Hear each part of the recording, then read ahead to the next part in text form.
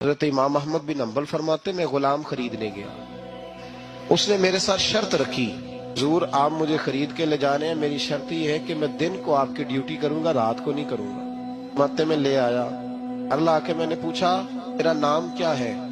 कहने लगा हुजूर गुलामों का नाम नहीं होता। खाएगा क्या?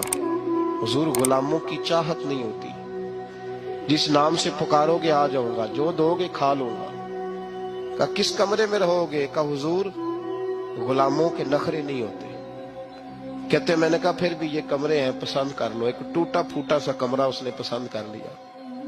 इमाम अहमद बिन हम्बल फरमाते, उसे काम बताता पर इतनी मेहनत से करता कि कमाल कर देता, मेरे इशारे समझता। एक दिन मैं तहज्जुद के वक्त उठा, उसके कमरे में गया तो वो तौबा तौबा पुकार रहा था। सुनो वलियों की तौबा। फरमाते उसके कमरे से चीखने की, या अल्लाह माफ कर।